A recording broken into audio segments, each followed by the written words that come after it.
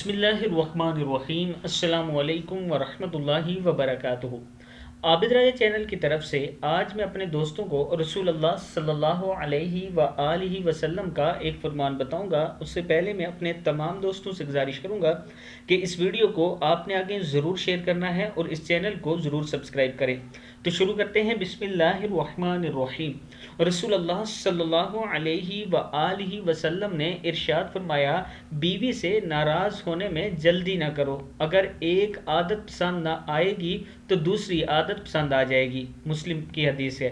مطلب یہ کہ کوئی عورت ہر اعتبار سے بری نہیں ہوتی، کوئی نہ کوئی تو اچھی بات ہوگی۔ ایسا نہ کریں کہ ذرا سی بات میں خفا ہو کر طلاق دے دی جائے یا عورت سے ناراضگی کر لی جائے۔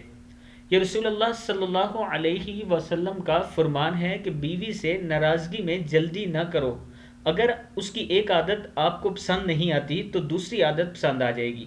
مسلم کی حدیث ہے۔